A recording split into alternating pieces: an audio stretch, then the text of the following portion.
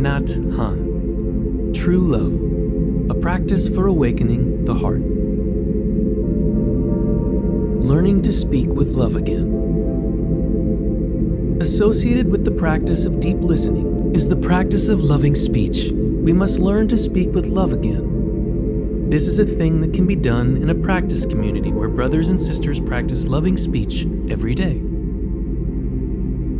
There are pacifists who can write protest letters of great condemnation, but who are incapable of writing a love letter. You have to write in such a way that the other person is receptive towards reading. You have to speak in such a way that the other person is receptive towards listening. If you do not, it is not worth the trouble to write or to speak. To write in such a way is to practice meditation. I remember a young man who came to us to practice. One day he was asked to write a letter to his mother, which was easy for him. On the other hand, it was impossible for him to write a letter to his father.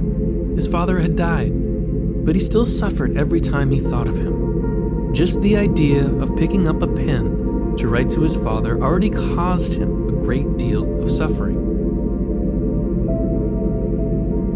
I proposed the following practice to him. For 1 week, he practiced mindful breathing, saying to himself, breathing in, I see myself as a child of 5. When one is a little boy of 5, one is very fragile and vulnerable.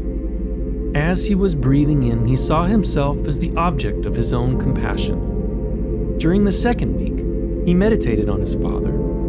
Breathing in, I see my dad as a little child of 5. Breathing out, I smile at the little boy who was my dad. For a whole week, the young American practiced very faithfully and very enthusiastically. He put a photo of his father on the table, and every time he walked into the room and looked at it, he practiced mindful breathing. He had never imagined that his father could have been a child of 5. Suddenly, the young man acknowledged the presence of his father as a little boy.